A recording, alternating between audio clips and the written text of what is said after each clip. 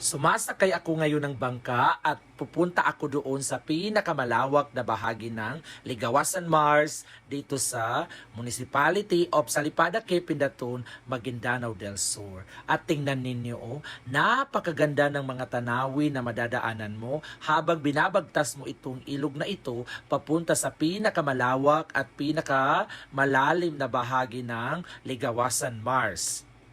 Ang Ligawasan Mars ay isang lambak ng mga tubig na siyang pangunahing pinagmumula ng tubig ng Rio Grande de Mindanao, the second longest river in the Philippines. Ang pinakatimog bahagi nito'y nasasakupan ng Municipality of General Salipada, Quezon, Maguindanao del Sur. Ito ay tinatayang may lawak na humigit kumulang na 2,200 square kilometers or 850 square miles at sumasakop sa mga lalawigan ng Cotabato, Maguindanao at Sultan Kudarat. Ang Mars ay isang mahalagang anyong tubig na nagtataguyod ng iba't ibang uri ng mga halaman at hayop, lalong-lalo na ang iba't ibang klase ng mga ibon. At nandito na nga ako sa pinakamalawak at pinakamalalim na bahagi ng Ligawasan Mars.